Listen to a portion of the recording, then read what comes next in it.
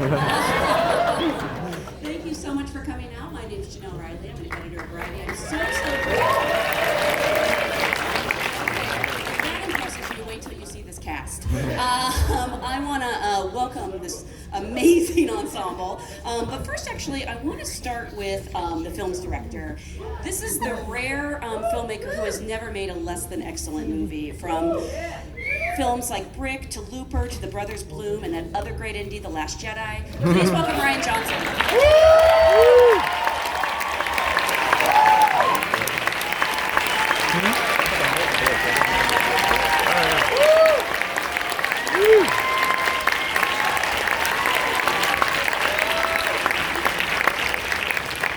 We also have joining us an actor who's already starred in such films as Midnight Special to It, Chapters 1 and 2.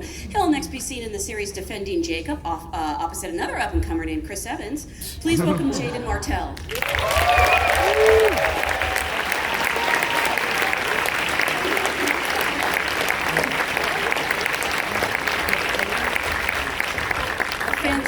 Young actress. She's a Golden Globe nominee for her breakout role in 13 Reasons Why and was recently seen in the hit Love, Simon. Please welcome Katherine Langford.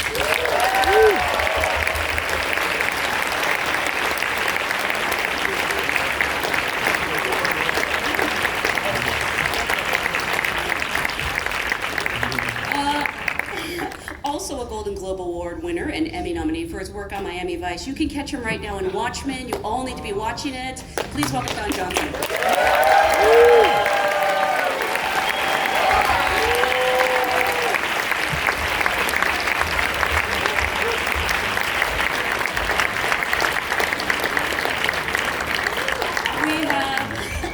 Toni nominee, a two-time Academy Award nominee for his work in Revolutionary Road and Nocturnal Animals, and a two-time SAG Award winner for his work in the Boardwalk Empire Ensemble.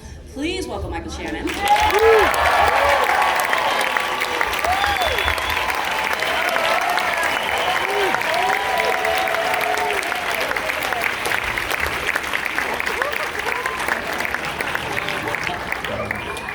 Everyone loves this actress. She's a two-time Golden Globe Award winner and an author. We followed her all the way from Halloween to Scream Queens. Please welcome Jamie Lee Curtis.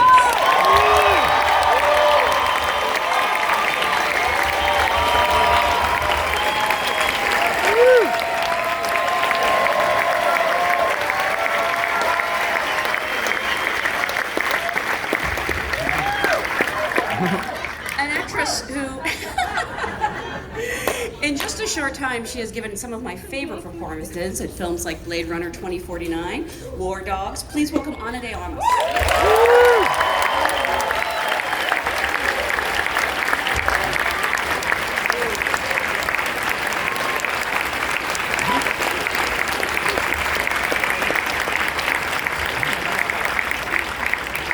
An actor who recently made his Broadway debut in Kenneth Lonergan's Lobby Hero and has been seen in films basically wherever this guy goes. It's a great ensemble.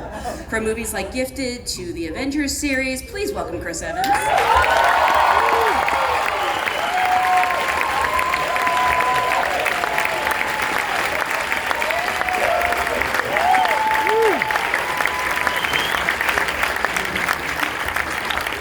I love that Ryan is still directing you guys. Finally, this movie is a dream come true because Daniel Craig sings Sondheim. And my favorite Sondheim, this is an Emmy and BAFTA-nominated actor. He's been seen in films from Logan Lucky to Skyfall and on Broadway and Othello. Please welcome Daniel Craig.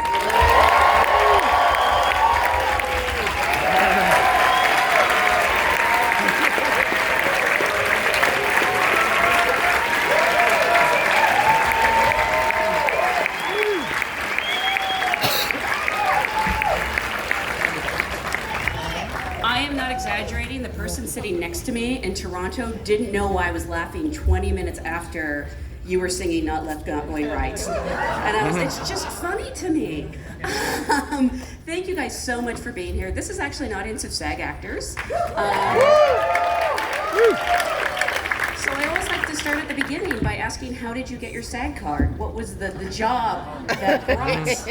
Are you laughing because you're British and SAG is weird to you? No. Oh, you... I know you're a Broadway actor, but you have to use the mic. Road to Perdition. Oh, that's right. That was your first American movie? I think that's where I got my SAG card, yes, I think so. Oh my gosh, Yeah, opposite Paul Newman and Tom Hanks? Yeah. Way to start at the bottom. Oh, yeah, I know. Yeah, I know. It's been downhill amazing. since. Chris? When did I get this? I have no idea. I have no idea. It was probably a TV show, maybe back in 1999. I have no idea. I really don't. That old? I really don't know. When you're that old? SAG card? I don't know. I don't know. So young. Yeah, it must have been a long time ago. Yeah, But you I have really one. don't know. You have one. You pay your dues and everything. Yeah, I think I pay my dues. You have to leave, you know. No, I think I pay my dues. Maybe not another teen movie. Maybe a different one. No, don't cheer for that. That's more revealing about you than anything else. I was the one who was cheering, Chris. So. Anna? I don't think I remember either. Was it Hands of Stone? Yeah. Maybe Knock Knock? Maybe not. I was Look at thinking. your representatives. For Yeah. that. What is it? Jill, what movie did I do? It was Knock Knock. Knock Knock? I think so, yes. With the ever-popular Keanu Reeves. Yes. You got to torture him for 2 hours. I think he enjoyed that. I was under contract at Universal when I was 19 years old, and my SAG card came with 2 lines on Quincy.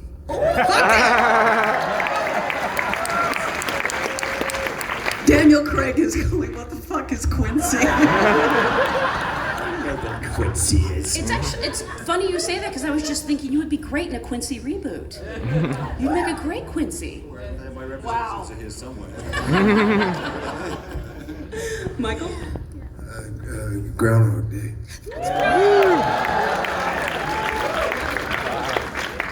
Won tickets to Kiss? Is that right? WrestleMania, I'm so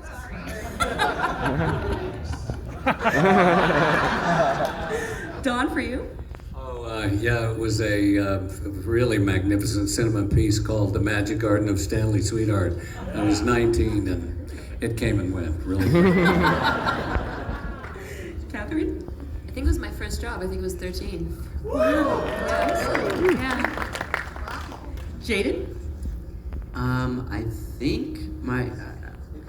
think it was after I did this movie called Playing It Cool, where I played a younger Chris. Jaden played me. I mean, did you study him to They shaved all my hair off. They gave me a little buzz cut so that I could look more like him. That's as far as I got. Ryan, what about you? I know you've had little cameos in some of your movies. Does No, that I'm count? still waiting for my shot, man. Somebody give me the shots. Put me in the game. Put me in the game. Come on. Keep at it. I'm sure you'll make it. Can you just write yourself into your next film? No, I can't do that. That's illegal. So I want to. Chris is trying to photobomb. He wants a picture of Ryan. I want to start with the beginning with Ryan with Knives Out. You've made comedic films and mystery films, but what inspired you to want to tell sort of an Agatha Christie style ensemble mystery, but in your own way? Well, I mean, it started with just loving Agatha Christie and wanting to do a whodunit of the type that I grew up loving. But it seemed really interesting, the idea of putting that in America in 2019. That seemed like that was very fertile ground. The other thing that I loved, obviously, is the great thing about Agatha Christie's books and all the movies based on her books, you have great ensembles. And the movies that I grew up loving of Agatha Christie were the ones where Peter Ustinov played Poirot. So Death on the Nile, Evil Under the Sun, and those movies were big all-star casts. And I said that to my producer when we sat down to make this movie. I want an amazing all-star cast. We want to just kind of get everyone who pops on the screen. You should say, "Ooh, I like that person." Chris said that You're they funny. settled for you. Yeah, we made some exceptions. No, I do. That is complicated. The joke between me and Daniel.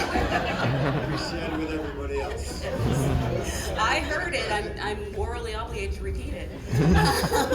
So where did you even start? Like, who was the first person you cast, or was it? Oh god, this is gonna get painful now. You can tell by him deflecting. It was Daniel. You can Was it tell. Daniel? Yeah, it was Daniel. I mean, yeah. what did you think when this script came your way, and did it always specify the accents? Hallelujah! I just was like, I couldn't believe it. I was like, I mean, I had to phone up my agent and go, really? He wants me to do this? And I just was, yes, it was simple. That was it. It's the easiest decision I've ever made. There's been some debate online as to what your accent is exactly. I think it's New Orleans. But So he never. here's the deal. I'll get out of this one. Shelby Foote was my inspiration. Oh yeah. So he'd said. Chris just said, really? You know who Shelby Foote is? No. He's a historian. Have you ever saw the Ken Burns documentary about? You should watch the Civil War Civil War documentary, documentary, and then you basically. will understand. Well, so it was his voice. Anyway, he was my inspiration. Oh my gosh, yeah. Yeah. Did it specify in the script any specific accent? So what was or- the line? No, it just said a southern accent, but then we talked about it, and we were talking about, we want it to be sonorous and honeyed, and we started throwing back and forth references, and, we didn't want it to be twangy and annoying. So Shelby Foote came to mind, yeah, right? But the line says Benoit Blanc sits, and it said something like a very subtle southern accent. Yeah, I was trying to direct you on the page. Tried my best.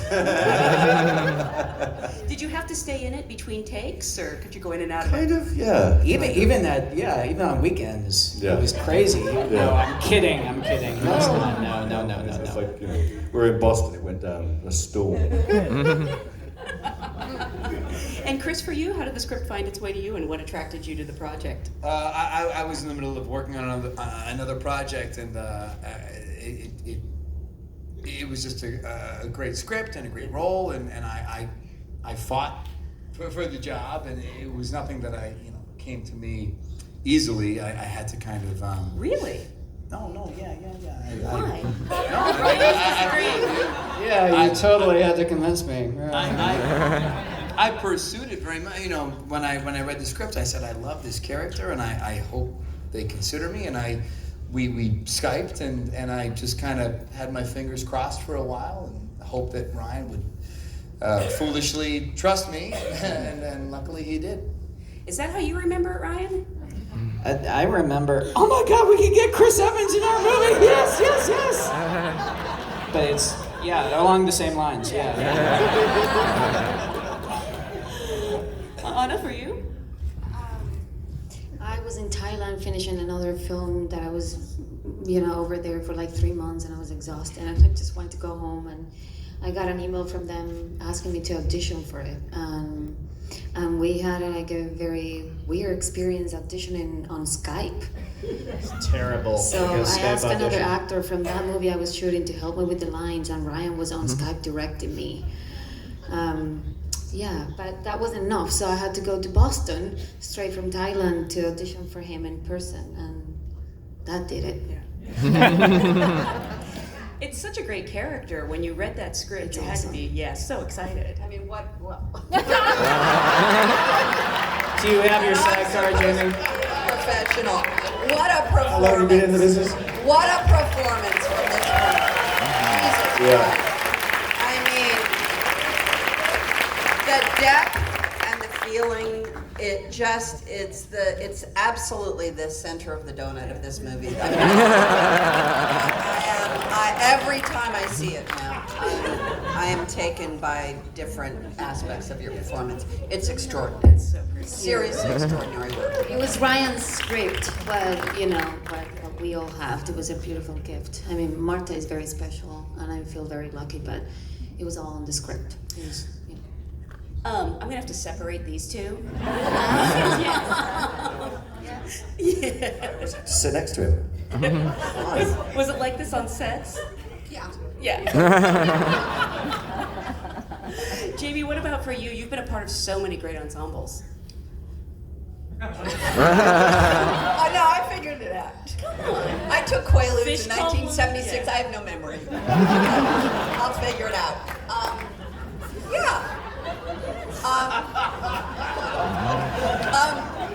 Come on, Fish Called Wanda is one of the greatest ensembles. Well, yeah. You know, the key to a good ensemble is listening. And for most of us, you can tell we don't listen so much. So for me, the biggest challenge was listening.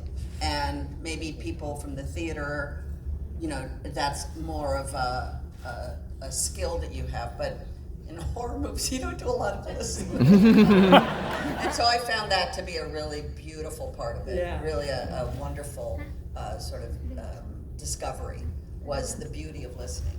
And look at the people I got to listen to all day long. It was crazy. Michael, for you, we've been dying to see you in an all-out comedy, a major role, because obviously you stole The Night Before, but That was nice of you to say. If you haven't seen him in that, it is one of the greatest performances inside a car.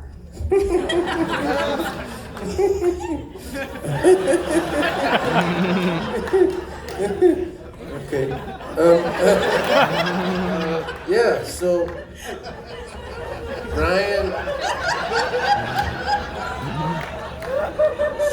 Ryan came to visit me in Red Hook, where I was living at the time. I took him to my local kind of gastro pub, and we sat there and shot the shit for a little bit.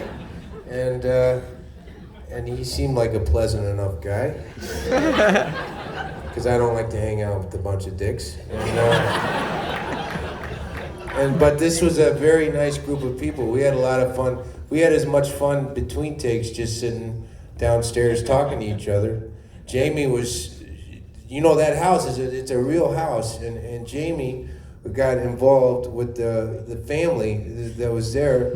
And she would be in the kitchen learning the history of the area and the house and stuff. And cooking, and making cooking, tea, and potatoes. reorganizing the cabinet. She took over the house. We really just kind of took over. And we'd sit in the basement playing like stupid games. Like movies with animals in the title or something. And going around and stuff like that. Yeah, so it was basically like a big, slumber party. And Don, for you, at what point did you find out you were going to get to play Jamie Lee Curtis's husband? Well, I didn't know that Jamie was going to be my wife. I was thrilled about it when I found out about it. But I got the script and I read it, and I couldn't believe my good fortune that I actually got a really good script to read, and that I was going to talk with Ryan the next day, and I was trying to think to myself, well, what the fuck am I going to say to him that because I want to be in this movie. And we got on the phone. The very first thing he said to me, he says, "Wow, you were great in Zachariah." Yeah, I know, I made that in 1970. We talked about everything under the sun except Knives Out. And after about 20 or 30 minutes on the phone, he said, "Okay, well, I'll see you in Boston." And I was like, dear God, that's the easiest audition I've ever had. Again, you say audition, but Ryan, is that how you remember it? Yeah. Zachariah, by the way, is like a psychedelic western that Don is in. You were what? You were like 20 in 20. that. Wow. And he has his shirt off for the entire thing, and it's like, it is funky, man. Track down something. You'll cast Don in whatever you write if you watch Zachariah. Yeah. And Catherine, for you? I think similar to Anna, I was kind of ready to go home. I moved, I don't know why, I moved 39 times like in 10 months last year, and I had my keyboard, 2 suitcases, and I would be going back and forth from different places, and I was like ready to go home. And then this script came through, and my agent sent it through, and they're like, look, this is an amazing script, and it's really competitive, and I was like, okay, let me read it. And I just remember reading it, and it was something that drew me in from start to finish, and I was like, yes, I would so love to audition for this. And I didn't get to just have I didn't have a chat, but I think we went back and forth a few times, and like we Skyped, and and then I was lucky enough to be cast in it, so thank you, Ryan. And Toni Collette, who's not here tonight, you get to share so many great scenes with her. What was that experience like? And we're thrilled Toni Collette isn't here. Yeah. Because she'd be eating this fucking curtain right here. Tony's a dream. I just have to say, as a fellow Australian, like I'm actually kind of glad, but for different reasons, she's not here because I'm such a fan, and the whole time during filming, and with most of everyone up here, but now I can say it because we're done, like, going onto that set first thing, I was just like, cool, like, you're in a trailer, and Jamie's there, and Tony's here, and, like, I'm just tempted to be like, you're terrible, Muriel, but I didn't the whole time. I didn't ever say it to her once. But she was lovely and a real dream. Yeah. And Jaden, for you, and you've worked with at least 2 of these cast members before. You played a young Chris Evans, and you worked with Michael in Midnight Special. Yeah, and Chris and I just finished a TV show together, so both of them have been my dads. So you must have felt right at home. I can imagine. Sorry, what was that? You said? I don't want to out Chris again. He just said I'm old as fuck.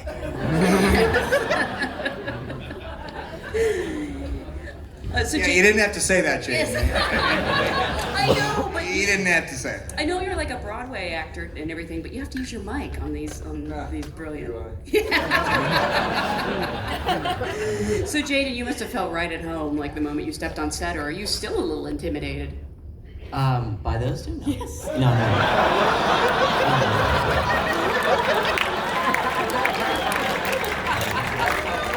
I need to tell you something.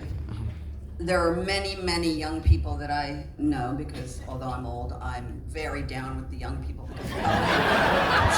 And the person on this stage that they are most excited about is the young one at the end of the line. I'm telling you, out of all of Thank you, Jamie. Thank you. It's fine.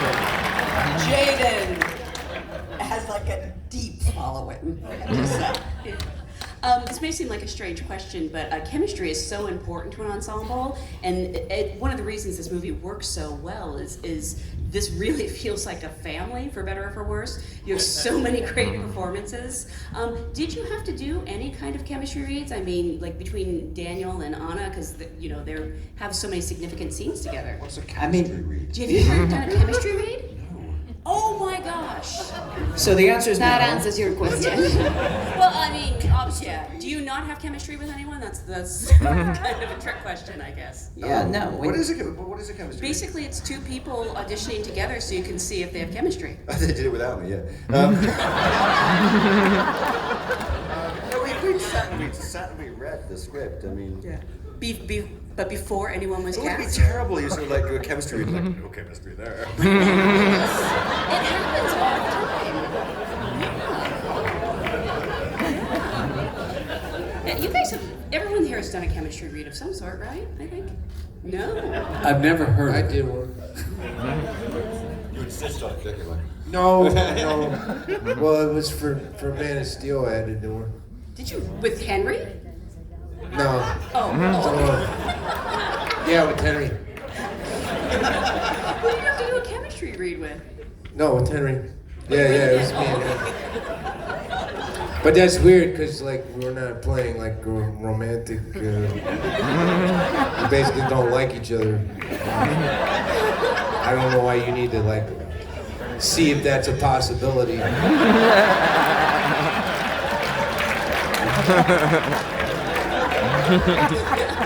I also like the understatement of we didn't like each other.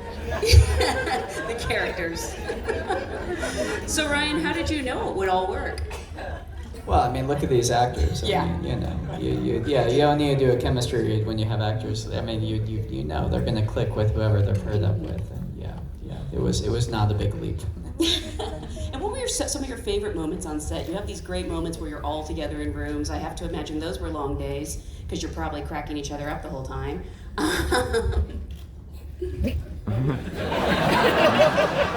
think it's the scene where Ransom comes for the will reading. That was a lot of fun.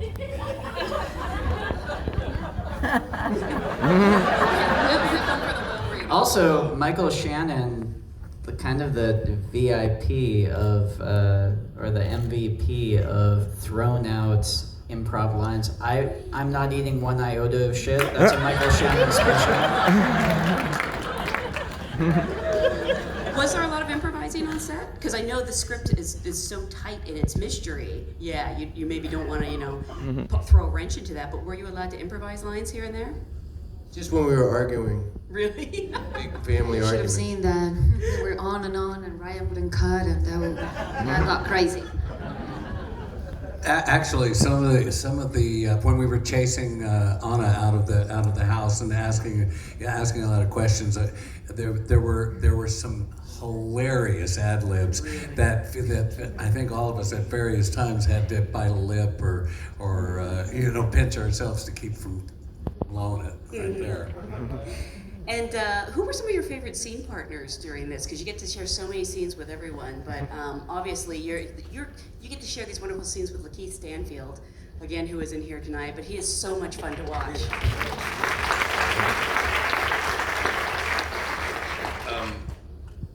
So what was the So question? you played. Trying my best.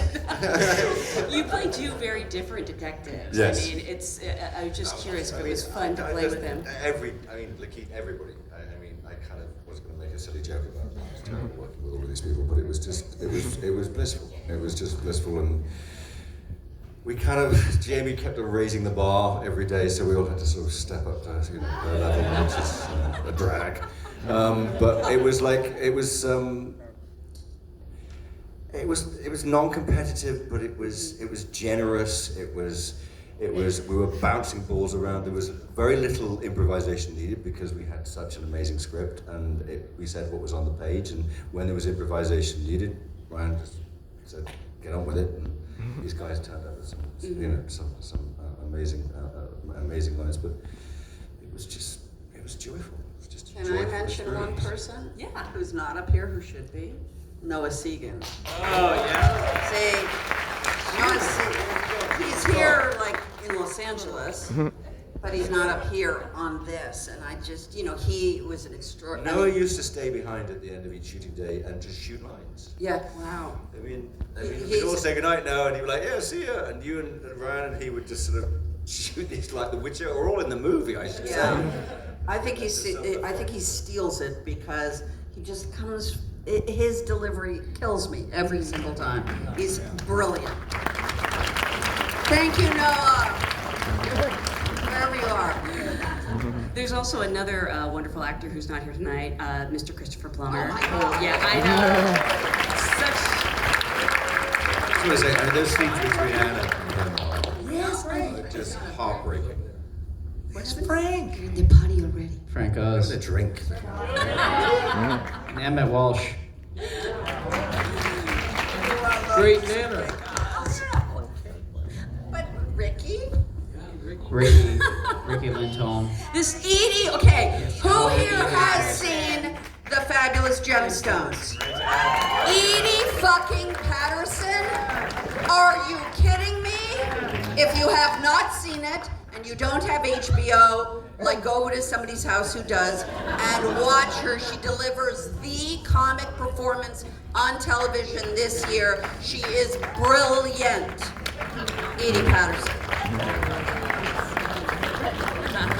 That was a paltry applause.